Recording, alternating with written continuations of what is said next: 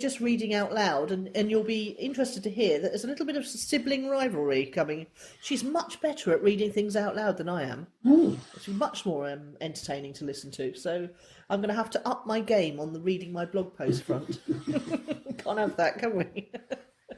Not like competitive at all.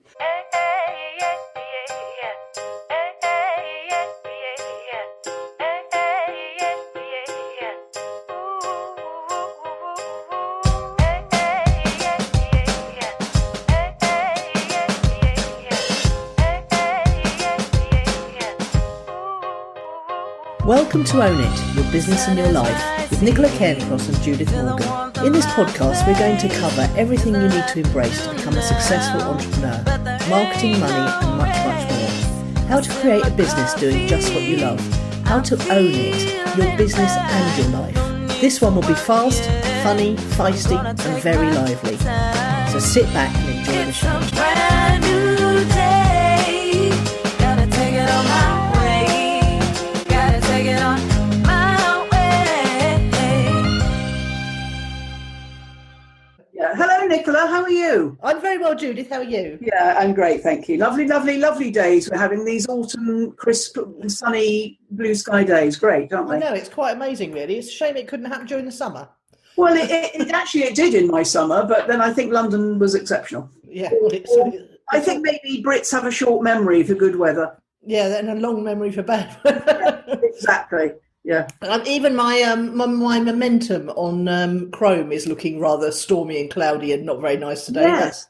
That's Italy, Lake Braille's Italy. Well, it doesn't look like it. It looks more like the thing they say on Cashflow game, you win a month in a Montana fishing cabin. Yeah, that looks like a fishing cabin in Montana, certainly.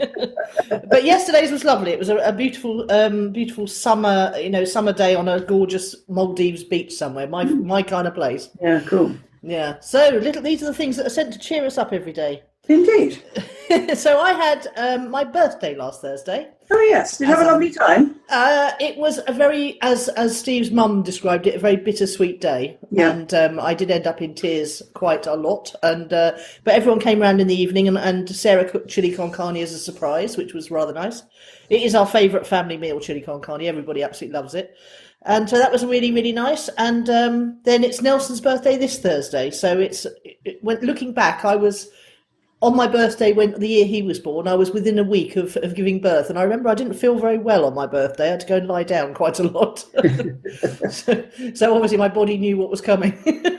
And what's Nelson's favourite for what surprise does he get on his birthday on the meal table? They're so sweet, Judith. They just really don't want anything fancy, and I don't know whether that's I've brought them up in the right way, or whether they're just genuinely nice children. They love just having a meal and as many of the family coming as possible. So he made a request for potato dauphinoise, which was always one of Steve's favourites, and steaks, and I said, I'm afraid the steaks aren't going to happen for 8 or 9 people. That'll be a lot of cooking. So how about boeuf bourguignon instead? So we're going for a slow roast shoulder of lamb and dauphinoise, because that'll be minimal cooking for me, maximal preparation during the day, which means I can enjoy myself later. Yeah. Perfect, well done. Career woman, that's what I call career woman cookery. Oh, absolutely, yes. Yeah. Lots of garlic and bung it in the oven for a few hours. Yes.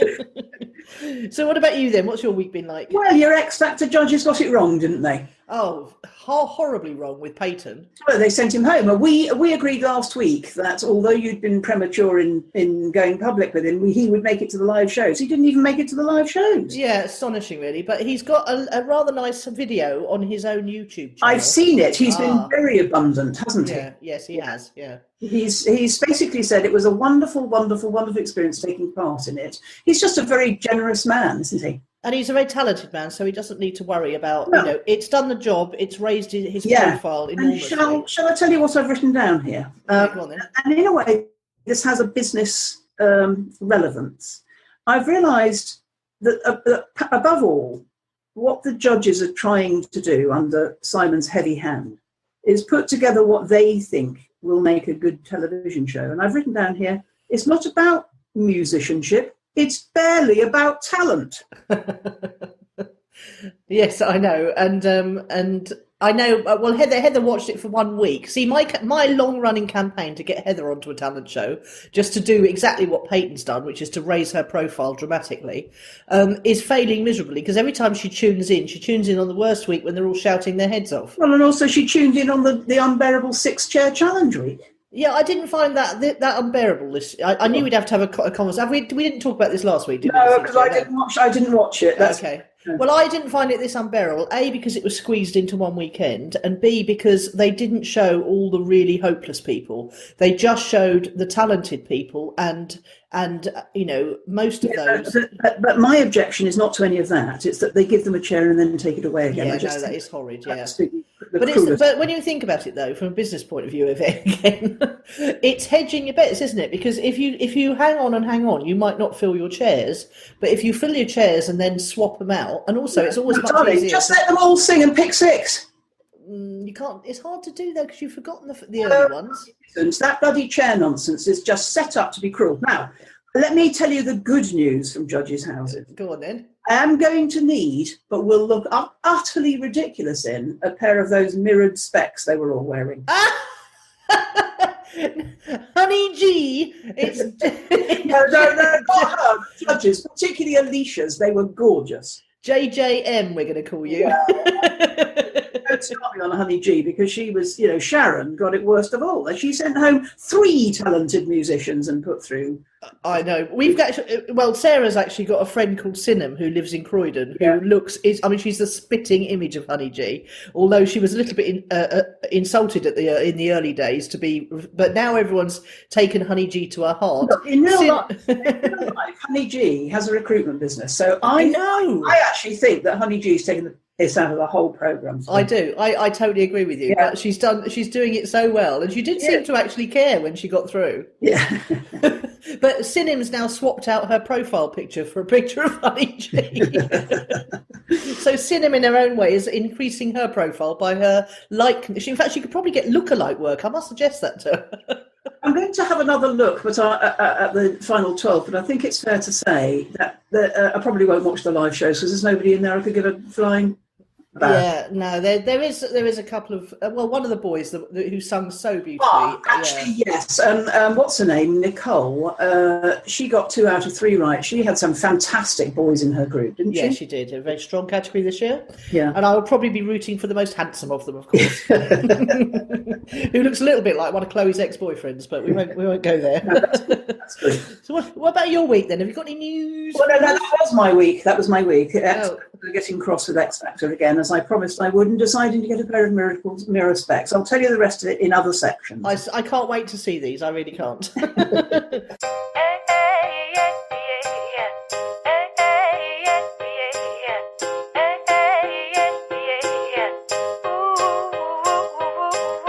So what's fueled your fire this week? Yeah, well, I had a blogging day yesterday. I thought I was going to drive out of London for the day. I'd cleared the day, and I thought, well, I'll tell you what, I'd made a resolution to do 2 things. I'd made a resolution to go back to blogging Monday to Friday, starting Monday, and I couldn't do it on Monday, and I thought, well, I'll do 5 on Thursday and then spread them out across the week. I managed to do 4.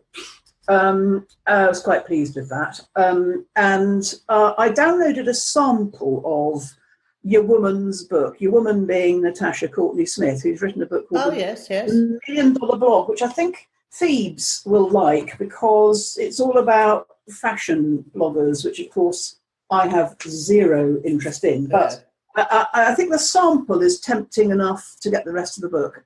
Small amount of inspiration from that. And I made some notes about wanting to be more visible on social media and get a better return on social media by deliberately asking people to do what I wanted them to do. Mm-hmm. And the first one was opt into my newsletter list. So I put out my free books thing on Sunday and got a gratifying somewhere between, say, 6 and 10 opt-ins, which is quite nice. Yeah. And then I put out don't forget you can hire me on a pay what you want basis. Somebody booked in and then sent £100. So you remembering to ask for what you want, not just jab, jab, jab, but also to right hook. And the blogging is very much part of that and wanting to create more content. So my fire has been fueled by more blogging. Oh, I'm loving the birdie background noises. I couldn't have asked for a special effect better than that. Oh, have we got birdies? Oh, that's good. Yeah, I can hear them tweeting in Oh, the yes, background. so can I, so can I.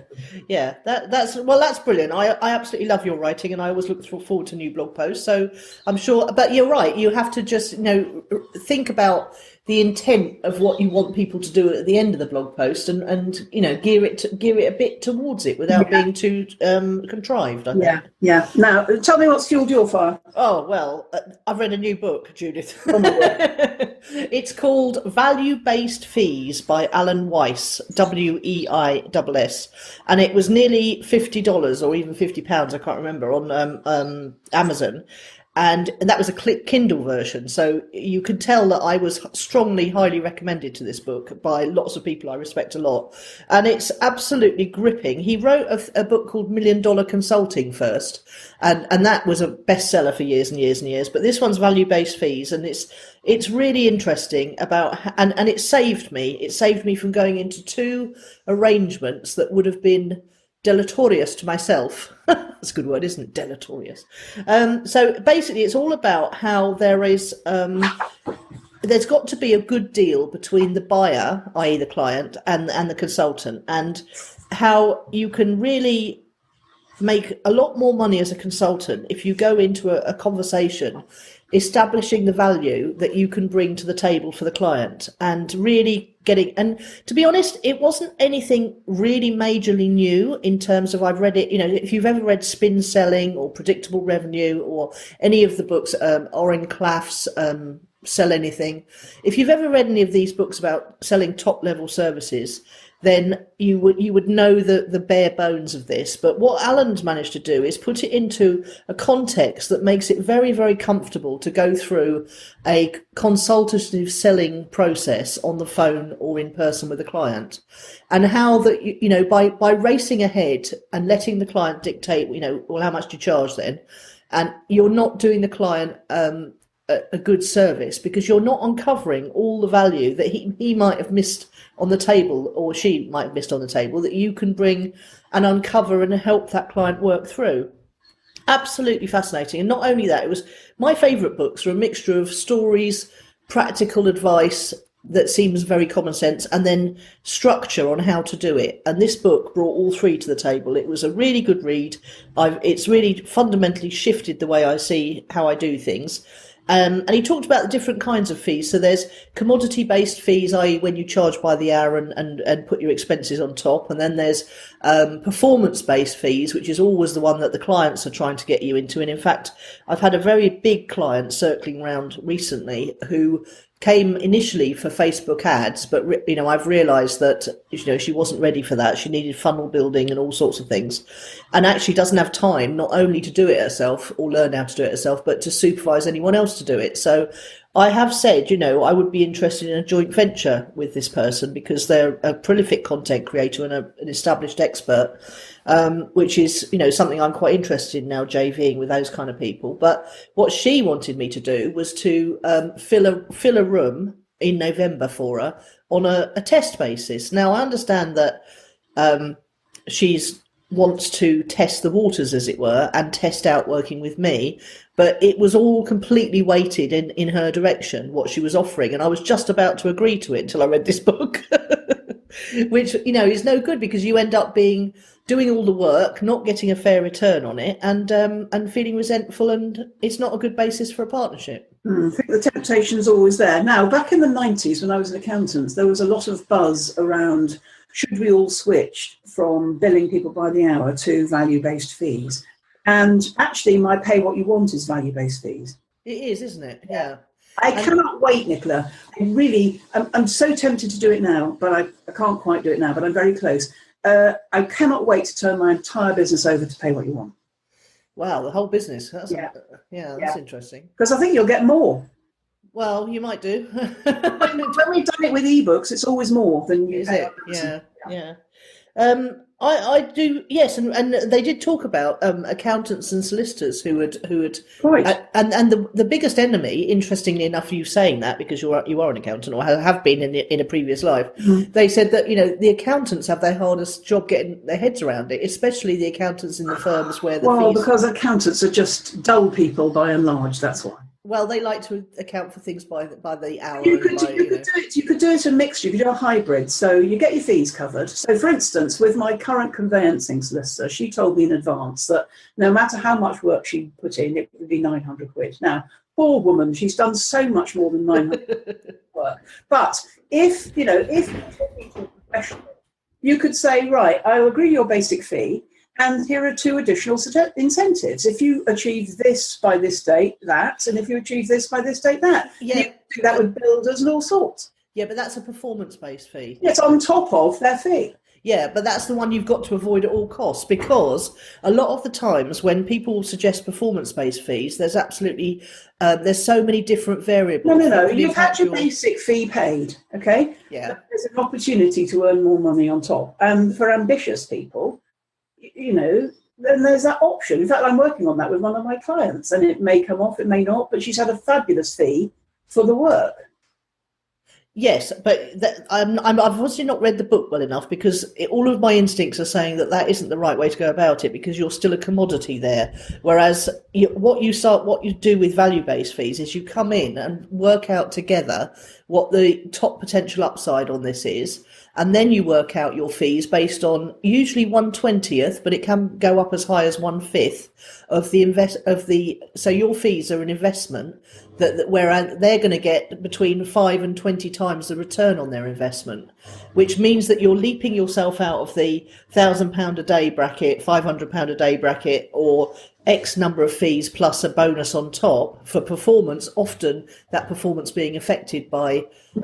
this is only going to work with the right target audience. And, yeah, absolutely. And the numbers of people that you in your lifetime and I in my lifetime will work with on that basis are extremely small.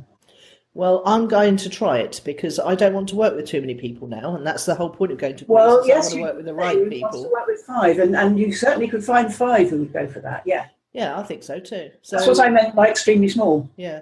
So yes. So if you're a consultant and or someone with an expertise, I strongly recommend you read this book. It was brilliant. Yeah. Cool.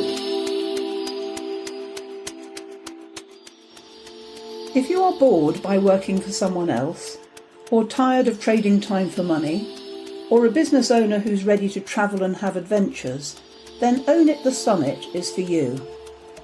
We interviewed 18 inspiring entrepreneurs enjoying unique lives.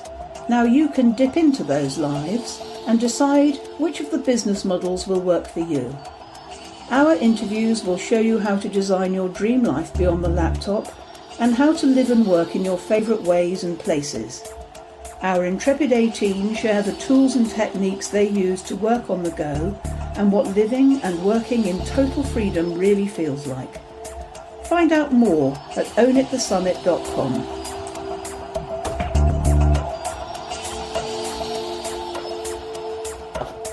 So, client challenge of the week then. Well, it's client opportunity of the week, and it's ours. We're going to talk about ourselves today, because today, gentle listener, is the 100th episode of the podcast.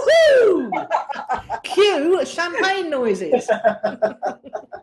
So, what we thought we would do is have a review of what have our podcasts ever done for us, and what are the surprises, and what are the upsides, what are the downsides. Did we think we'd last this long? And then I'm going to encourage Nicola, and I forewarned her about this, to see that our podcast is a mini business opportunity in its own right, and it's an asset, and that we should sweat it. So let's start with the sort of social fun bits, and then we'll move into the businessy bits. Okay. Tell me about your experience of 100 episodes of podcasting, Nicola. Well, it's been absolutely fantastic reconnecting with you again, and I absolutely 100% look forward to these calls every week. They are a highlight of my week. So the other thing I love about it is that our infectious enthusiasm and slightly abrasive dynamic between us really seems to resonate with the most marvellous people, men and women. I love the fact that we've got raving fans who love us and recommend us and tell us every week how much they love us. It's brilliant. Yeah. And I love I get so much pleasure out of picking the pictures. I know it's ridiculous, but I just love picking the pictures. And I love the way the site looks. It's only a cheap little theme, but it's, I'm very proud to show people the site. And although the logo could do with some work, I'm sure there are graphic designers out there who would agree. It does stand out on iTunes, and we've achieved, something that I'm proud of. It sits in the top 100 of management and marketing, along with all the greats in the UK chart anyway. And my goal now is to get to the top 40, because that'll bring us a sharp spike in listeners and downloads and whatever. And then after that, the goal is to get it into the top 100 in the US, because obviously the US market's bigger. Don't go there yet, because that's all our intentions. Now, right. Yesterday we had a little chat, because I wanted some information for a blog post I'm writing today. And Nicola told me that our podcast is listened to in 91 countries. Well, that's just awesome, isn't it? No, I didn't even know there were that many countries in the world. And typically that each episode is downloaded 500 to 600 times. And rising. And that our total all-time downloads are 35,645 people. That is amazing, even when you think perhaps only 2/3 of them are actually listening. Well, we don't know that. We don't know, do we? Let's assume that either. Okay.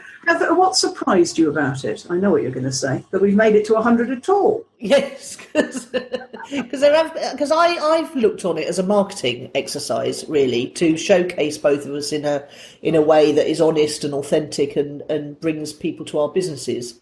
Well, that's worked. We've both had clients. Yeah, totally. But I know that you're very keen to, well, we'll talk about it as a business unit in a minute. Yeah. What's surprised about it? Well, how much reach you can get for $15 a month hosting, an hour of your time, and an hour editing. I know you do an hour with the show notes as well. Yeah. So through 3 hours work a week between us, we've reached 35,000 people, and given something, that if you've got a book or a podcast, you're definitely perceived as a serious player. And we've done that, and it feels quite effortless. So the biggest surprise for me is, I said this to you yesterday, how much and how many people hate iTunes. I had no idea that people were against that, and I quite understand why, because times have moved on and so forth, but they can find us on Stitcher, so we do give them a choice. But that was a real surprise to me. I had no idea people didn't like iTunes. Well, the people who voice their dislike are in a minority, because the biggest numbers of downloads we get are from the Apple Store and iTunes Media, which is iPhones and iPads. It's still worth knowing, I think, because we want to include, not exclude.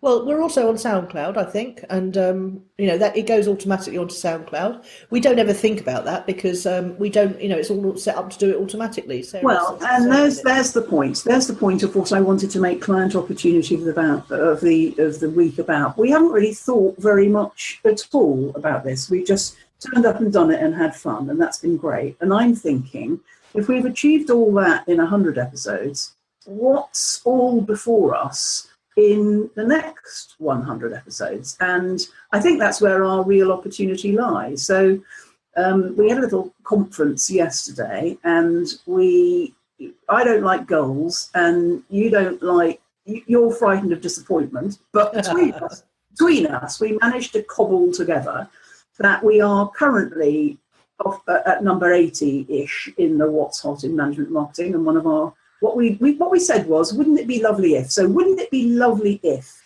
we got into the top 40 of the top 100? And I know that's something you want very much, isn't it? Yeah, because it'll raise our subscriptions and downloads dramatically. That's where the end of the hockey stick lies for me. Okay, so that's the thing that we need to think about off the podcast, is about, what marketing initiatives can we, not too many of them, 1, 2, 3, in order to achieve that. Can I just backtrack a little bit? Because the other thing, of course, that it achieves, and really do not underestimate this, is, I'd burnt out on blogging, and I could not think of one single thing to write about Facebook ads on my blog or anything about internet marketing. I'd burnt out completely. I hadn't blogged for ages. And I was, thinking, it doesn't matter because I can always pay for traffic. But what the podcast has done is given, this client challenge of the week and then business word of the week. I get it transcribed and it goes onto the blog as the podcast episode. It goes onto my blog as a transcription. And so does word of the week. So I'm getting 2 blog posts a week out of it without actually having to do anything myself, because obviously my VA handles all that. So it's the easiest sitting and talking to someone is the easiest way of creating valuable, focused, relevant content for your tribe that I can think of. Okay. And before we go back to the Wouldn't It Be Wonderful If list, another thing that it's done for both of us, well, 2 things actually. First of all, it led us to creating the virtual summit. Yes, it did. From which we've derived sales income, and which we can use that income to create more income. So that's an exciting commercial opportunity. But I started talking to you earlier in the year about the fact that it's called Own It, Your Business in Your Life, and that we've been very seriously weighted on the side of business. And you kicked up a lot of fuss about it. But actually, the weight is now, what with the impending adventures to Greece and France, the weight is beginning post-summit to be about our lives, which I think is a good thing. That summit had a big impact on me. I mean, in retrospect, it was a classic case of creating a product without finding out if anyone wanted it or not. But it did, raise our profile with the people we invited. And I think we had a really stonking guest list on that. So do I. And they, I thoroughly enjoyed, the whole process of recording it. And the fact that we managed to do it in advance so it wasn't too stressful on the day was brilliant.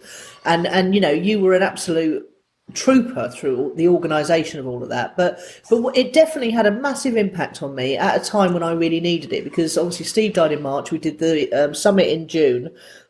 And the 2 months leading up to it, kept me very busy. But listening to all those people talking about their lifestyles, it just made me realise how silly and scared I am about moving out of my comfort zone. And somewhere subliminally, it sunk in. So when the opportunity, came and we started talking about moving and living in the sun and watching Escape to the Sun, Winter Sun, Escape to the Sun, Summer Sun, and all those silly programmes, it just had a massive impact on me because I thought all those different people have done it. Why can't I? Well, we've always been digital, but now we're going to become digital nomads. Yeah, digital nomads. We've been digital stay-at-homes, but now we're digital nomads. We are the least likely digital nomads on the planet. Oh, I don't agree. Come on. I set up my coaching business to be global from the get-go. Well, so did I. And the ironic thing was, because I had children, it was, but I always had that goal in mind eventually. And then talk about manifesting. I mean, bonkers, isn't it? I've manifested my dream house in Greece. It's crazy.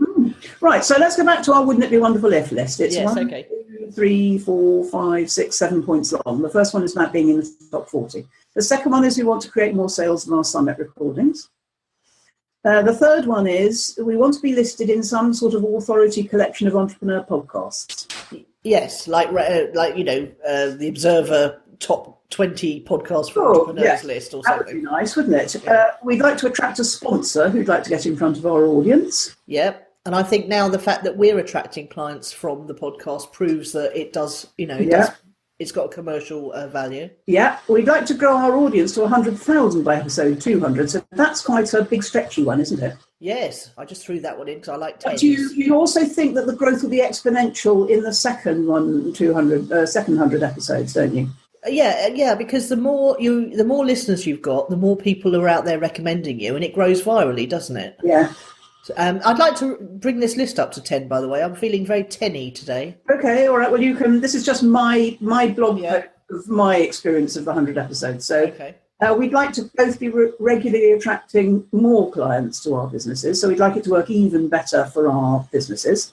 Yeah, either as a backup authority, give people a chance to get to know us before they become clients, or just as the lovely Carl from South Wales just was mooching about in iTunes looking for entrepreneurial podcasts. Yeah, more moochers, bring on. Yeah, more moochers like Carl.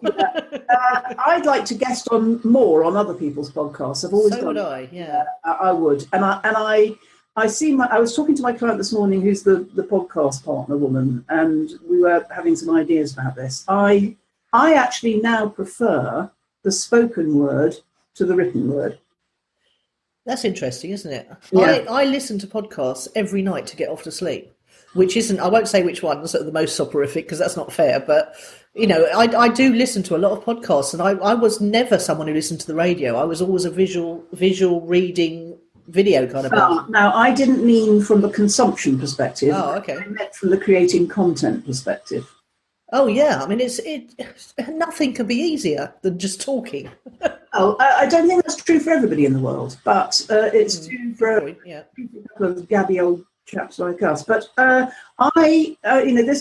always seen myself as a radio star, and I would like this to be a launch pad for more of that. Well, you're awesome on radio, so why not? Yeah. Anything else? Wouldn't it be wonderful if? Let's think about this. Wouldn't it be wonderful if the podcast won an award Oh, at some sort of podcasty awardy thing? okay. So yes, there are podcasty awardy things. We have to be on the ball with this one. We have to submit ourselves and then drum up our tribe to support us and vote for us. Yeah. It's a bit cynical, I know, but that's how it works. Okay, and we've decided that we will off podcast and probably talk about it. We might even talk about it in project updates, because project updates got a bit dull. We could make project updates about podcast improvement. Yeah, because we're not actually doing any new projects ourselves, are We're we? not. Allegedly. I tell you what. Oh, I've forgotten what I was going to say now. Oh, yes. We decided that off podcast we would make a marketing plan, a mini one, so that we did that for the summit. We both knew what we had to do. Okay, it was in the short term. We only had sort of 12 weeks or something. So we know we're not very good at committing long term. But I think, a bit like I said at the beginning, a deliberate intent with your marketing, not to just put out content, but to right hook your content. So, you know what I mean? We're not sweating it. Yeah, I mean, we're both individually doing quite a lot, but we haven't listed those things out and identified the gaps. No, all worked out what that we do is effective, because to a certain extent, we're just marketing it to people who already know about it. Whereas what we want to be thinking about is how can we bring it to the attention of new people. Yeah. We funnily enough, we've got an Own It the podcast on Instagram. Did you know that? I don't do Instagram because it's about pictures. Yeah, I was. Because we've got great pictures on ours. I was actually paying Phoebe for a little while just to encourage her in the whole social media thing, to do our podcast for us. Instagram, Own It the podcast. If you go to instagram.com/Own It the podcast, I think you should find us. And interestingly, someone's sharing it. She must be her. She's basically, every time we share an episode, and we get more likes than we've got followers, which is interesting. We've got 145 followers, and we get more likes than that. We've got, sometimes we get sort of up to 200 likes. How does that work then? I don't know. It means it's being spread further than just your followers. Okay, that's good. So it's a bit like doing Facebook Live videos and it being shown to more people than you've got on, who've liked your page. Yeah, that's good. So that's, yeah. So yes, I think make a list. Now, the thing that's occurred to me is what we could do is we could make a list of all the things that we've got on this list, and then we could identify the most important ones, the ones that will have the most impact, and we could spend a month working on each of them, intensely. Marvellous. Now you're talking my language. Yeah. And it occurs to me, and I know you don't agree with me on this, so I'm going to be a little bit controversial here. Ooh.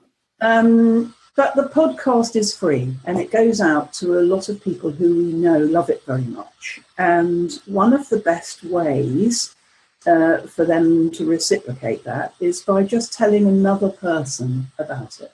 Oh, I'm cool with that. Well, I think we should harness our raving fans to help us to the extent that they're prepared to. Yeah. Irene, are you ready? Poor old Irene. But actually, again, we'll need to tell them what to do. Yeah. So let's remember that they are also because actually, if it doesn't do that, one day let's talk about threats. Okay, one day. Is this a SWOT analysis? Well, there's two threats I can see. The most serious threat is that when we go travelling, we don't have the bandwidth for it. Yeah, what, the mental bandwidth or the literal bandwidth? No, the literal bandwidth. We can't, because so far all we've tested is you travelling. If we're both travelling and we're in countries where the Wi-Fi is less reliable than we've taken for granted, I think that is going to tick us off. Yeah, it is. In which case, we really need to be recording 2 weeks in advance rather than one. That's a problem in a way. Yeah, it is, because we're quite current, aren't we? Well, because even 9 days delay makes it a bit old news by the time it comes out. Yeah, that's true, because of the X Factor 6-chair challenge. Yeah, is long gone. Probably means we'll have to be more flexible in terms of, if it doesn't work at 10 o'clock on a Wednesday morning, we'll have to do it when it works. Oh, well, I love the commitment on that, because I'm perfectly willing to do that. Okay, I mean, if it's important to us, that's probably what we'll have to do. Yeah. And the other threat is if the effort that goes into it is not matched by what we both feel is something worthwhile, I think it'll wither on the vine. Yeah, possibly. I do regard it as one of my most important marketing efforts nowadays. I've got an idea for harnessing the tribe, by the way. Okay. It's, everyone who listens, if they're in the group, if you're listening to this now and first of all, if you're listening to this now and you haven't done a review on iTunes and you're on iTunes, please do that. That'd be lovely. If you're not on iTunes, why don't you come and join the group on Facebook, which is I can't remember what the name of the group is, but just search Own It. I'll put it in the show notes. I'll put it in the show notes. Yeah, but just search Own It with a space in between, and you'll see the page and the group. If you could like the page and join the group, then what we'll do is, because you put it in the group every week, if we could ask the tribe just to share that with their following every single week. Oh, that'd be brilliant. Then we'd just pick up new listeners, wouldn't we? Yeah, we would. And that's, funnily enough, I think actually what I'm going to write my newsletter about this week. What did I decide it was? Which is, one of my clients said to me, I put out a blog post, thanks for liking it. How can I get people to share it? And the answer is, ask them. Yes.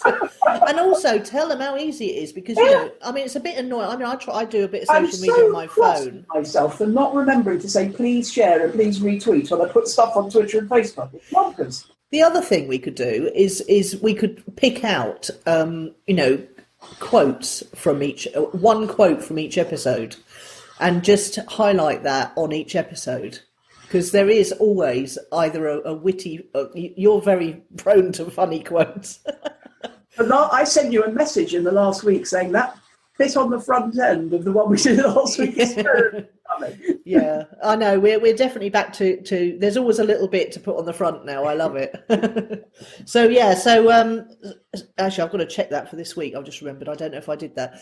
Note, funny bit, stroke, because there's nothing worse than 2 minutes of silence on the front of a podcast.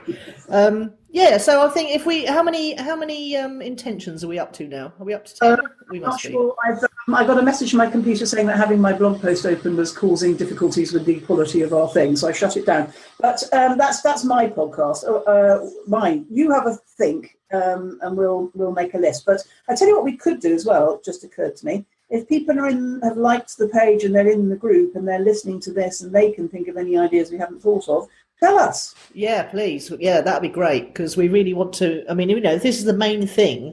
I mean, obviously we're both blogging, independently as well, but it's a really main part of my marketing nowadays, especially because of the pictures, because they do stand out on Twitter and Instagram and Snapchat and everything. So we could use your help. Yeah. We could. Yeah, we could. Is that it then? It is.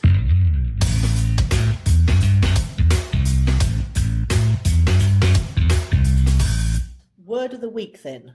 As you'll hear in my project update in a minute, you'll get the context after the word. My word is usury, USURY, which means extortionate money lending and unreasonably high rates of interest.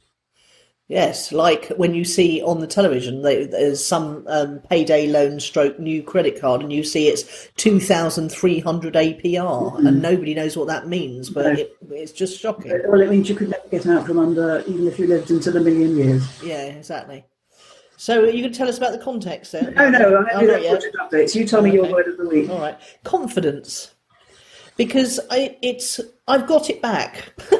And it's been coming back slowly over the last year, and it's reading that book by Alan has really helped it a lot, because it's really made me realise how much value I bring to the table in any business transaction, but how little I was valuing it. And that's really interesting, how your confidence can affect everything.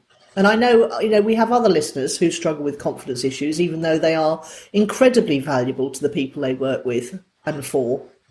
And it's just a nonsense that talented, skilled people are just not confident enough to charge what they're worth. I felt confident this week more. I think there's something about October that feels different. Yes, possibly. Yeah, I think, it was a quiet summer. People did, I definitely noticed, and I never do normally, I definitely noticed that it went quiet sort of late June, July, August, and it's taken people a while to come back up to speed in September, but October's definitely busier now. Mm-hmm. We've got to make hay while the sun shines, because this is the half year when a lot of money's made. Mm-hmm.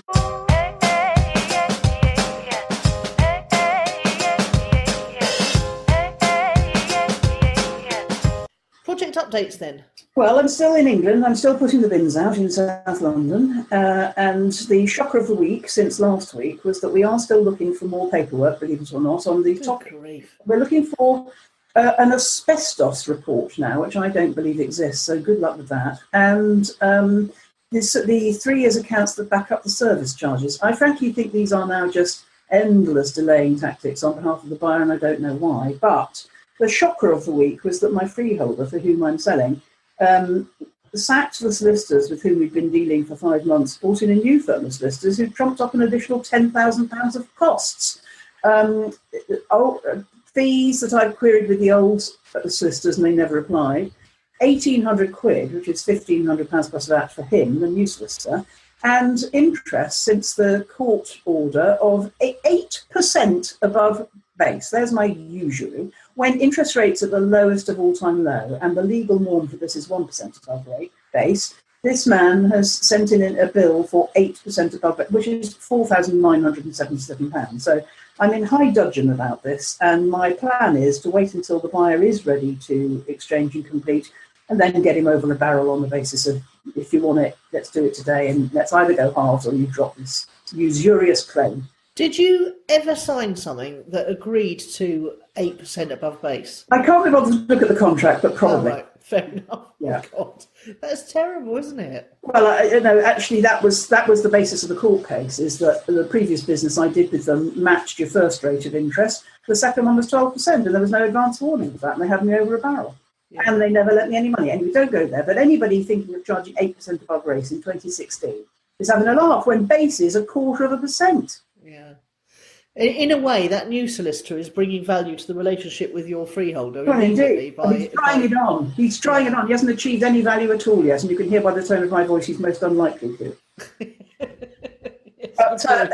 Let's get me off my rant, and you tell me what to contribute in this section, if anything, because we're not really doing project updates anymore. Well, we're not doing new projects, but there is always the maintenance of existing projects, and I got thoroughly fed up with my membership site software the other week, because it just, I've been waiting for an update which apparently would enable it to connect with Zapier, which would then enable it to connect with Infusionsoft, so that as new members sign up, I wouldn't have to go manually in Infusionsoft and apply a tag, and which triggers the follow-up process.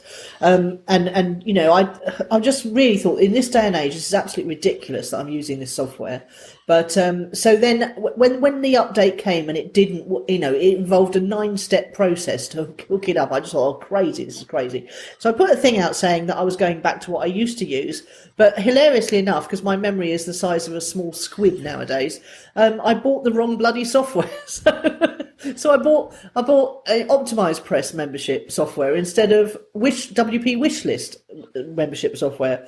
And I got inside finally, had some time to actually install it all. And I thought, none of this looks familiar at all. I don't remember what to do. So I just put it out on Facebook, just saying, when you buy the software, you think you remember, and it turns out to be something completely different. And talk about amazing customer service. I do some work for Adrian and Insa on their Facebook ads occasionally. In return, they give me Infusionsoft consultancy, and they They're on holiday. Well, I think they're actually combining a holiday with an Infusionsoft conference. They rang me from Arizona from their hotel room to say, "What are you doing? We know a much better software you should be using. We will help you put it together. Please do not continue with the course you've chosen." And it must have been, I don't know, 8 o'clock in the morning there, and they were still actually sitting in bed, Skyping me, saying, we'll help you. And they didn't just mean when they get home. They've actually been helping me between when they get up and when they go to this conference to put in a very sexy bit of kit called Memberium, which is it's lovely. It's a membership site software that it integrates 100% with Infusionsoft and also works with Stripe. But in order to go back to using Stripe in Infusionsoft, because recurring billing is an issue for me because I can't get the top level PayPal account and PayPal won't tell me why. So in order to take recurring billing through Infusionsoft, you need a little bit of kit called Stripey which I have bought once and then got refunded because it didn't seem to work for me. But then I was doing high ticket items. It was difficult to test high ticket items. So, now I'm doing low ticket stuff again. It should be a lot easier. So I've spent the last few days dicking about with membership site software. I had to send an email to all my existing members to say, here's how to access the stuff while you can't log in. So, they're happy as anything. They're carrying on with their business, not really noticing that something's changed. And then, so that's been, and I do like mucking about with software when it works. I had to give up last night because I got so tired. My brain wouldn't compute at all anymore. But then, the other project update is the Swagger and Soul podcast launched yesterday. That's fab. Yeah, well, we've, we're just reading out loud, and you'll be interested to hear that there's a little bit of sibling rivalry coming. She's much better at reading things out loud than I am. It's much more entertaining to listen to. So I'm going to have to up my game on the reading my blog post front. Can't have that, can we? Not like competitive at all.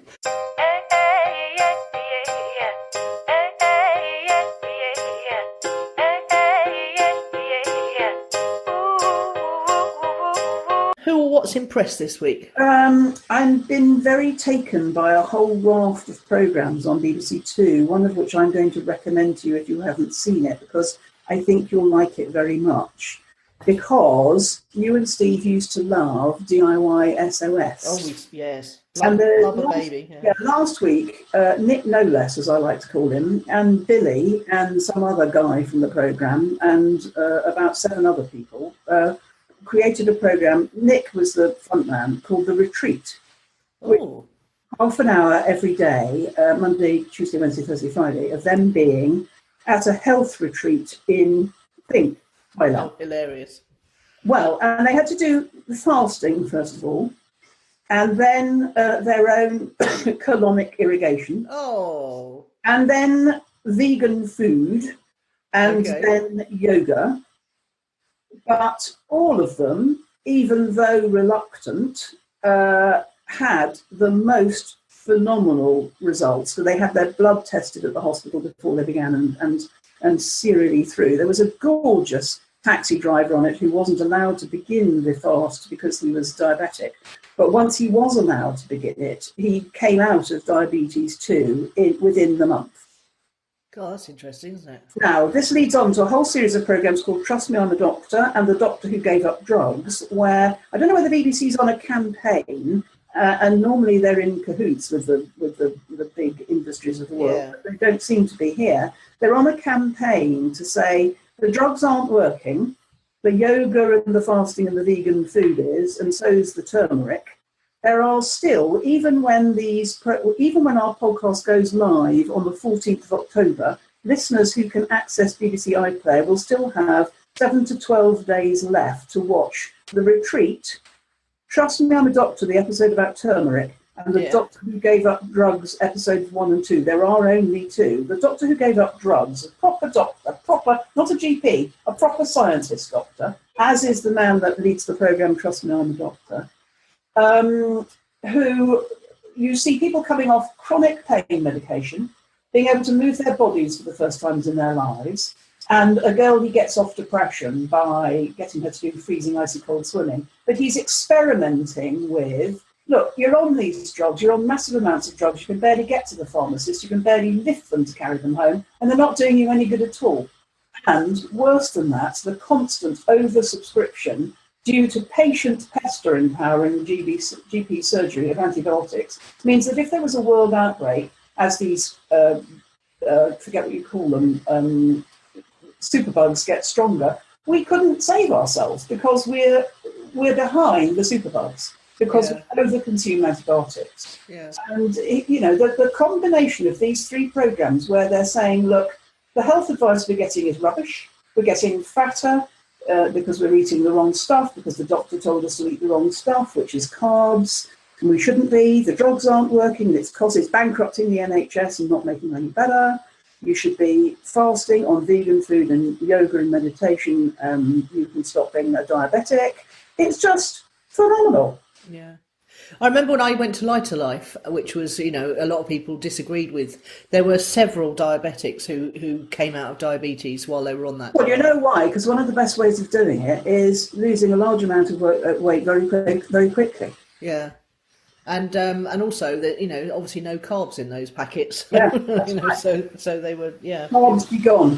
Carbs gone. Well, I'm definitely going to go in as a special treat for Sarah because we love DIY SOS, so we're going to go and. Well, you'll love the retreat because you already like Nick. Yeah, you already like Nick and Billy.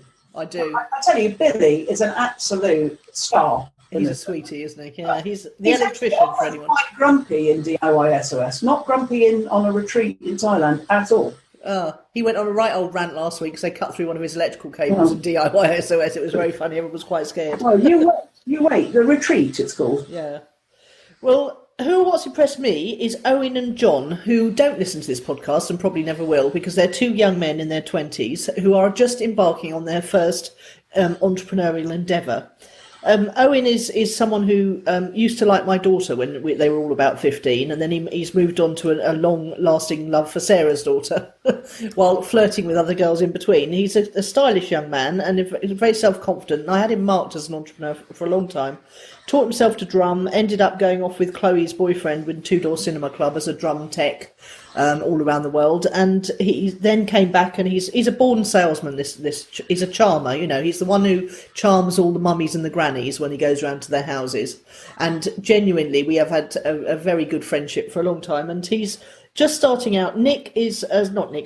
John, his friend, is a young man who interestingly married a 28-year-old with three girls of her own at the age of 21, which sort of caught my attention. Very cute guy, but absolutely just fell in love with this mother and who just got divorced and ended up pursuing her and they're still happily married 15 years later. But he's a computer developer, a programmer, and he's been very highly paid working on the contractor scheme as they do. And he now wants to go into developer recruitment, but only people who work on a particular platform, which is the .NET platform, I think it is. And he basically has roped in Owen, who they've been playing drums in some sort of band for years and years, and they're going to start a boutique recruitment consultancy only specialising in this one kind of developer, which is a global business, and it can be done from home. And they asked me over to the pub last night to give them some marketing advice. Of course, I blew their socks off. He was making notes like they was going out of fashion. And I did, of course, recommend a podcast because they could interview. They said, what could you talk about? I said, well, what you do is you'd have a little chat yourselves about building a business every week and how it's going from your different perspectives. But then what you can do is interview an employer or a developer each week, record the conversation, ask them 3 questions and pop that in the middle of your podcast. They absolutely loved that idea. And he told me about a website that they could pick up funny stories from. I said, well, what are you going to blog about then? He said, well, I thought once a week I'd share a funny story from this website, which is where they talk about the most monumental F-ups that have ever happened in computer programming. And I thought, oh, that sounds absolutely brilliant. But apparently there's a whole website out there, so I'll find out what it is and share it with everyone, because it's full of funny stories about what happens when software goes wrong, and from the client point of view and from the developer point of view. But I just thought how marvellous to spend an evening with 2 young people who are setting off on their entrepreneurial adventure. And Owen, said to me, I'm not actually very brave at all, Nicola. I still live in Shoreham where I grew up. I even the things that look brave haven't really been brave. This is the thing that I've done that scared me the most. But he said, I know I can't work for someone else for the rest of my life. And now is my chance to go for it. Yeah. Great fun. I will keep you up to date with their progress. Very, very cool. Good stuff. There we go. What an episode, eh? 100th episode. I thoroughly enjoyed it. Every single week I enjoy it. This was just as enjoyable. And hopefully next week you won't be putting the bins out in South London. Well, I actually have changed my mind about this now because my somewhat speculative investment from 2011 promises to refund me some money next week, which might mean I don't need to sell at all. Good, that'd be nice, wouldn't it? Although it's not my plan to stay putting out the bins in South London, I might end up not having to sell the flat at all. Oh, that'd be awesome if you I know, on to that. I know. So I'm deeply laid back and I've opted out of the whole thing now. If she wants to buy it, she can buy it. If the money comes in, I don't need to sell it. Yeah, and then she'll be sorry. Yeah, right. that has learned me something. If you want something, bag it while you get the chance. Yeah, absolutely. So, okay, we're on the edge of our seat as always. Speak to you next week. Yeah, see you next week. Bye. Bye. Gotta take it on my way. It's a brand new You've been listening to Nicola Cairncross and Judith Morgan. The podcast is called Own It, Your Business and Your Life. Do come and visit us at ownitthepodcast.com. We love to hear your feedback. You can find out more about Judith and visit her on her website at judithmorgan.com, and you can find Nicola at nicolacairncross.com.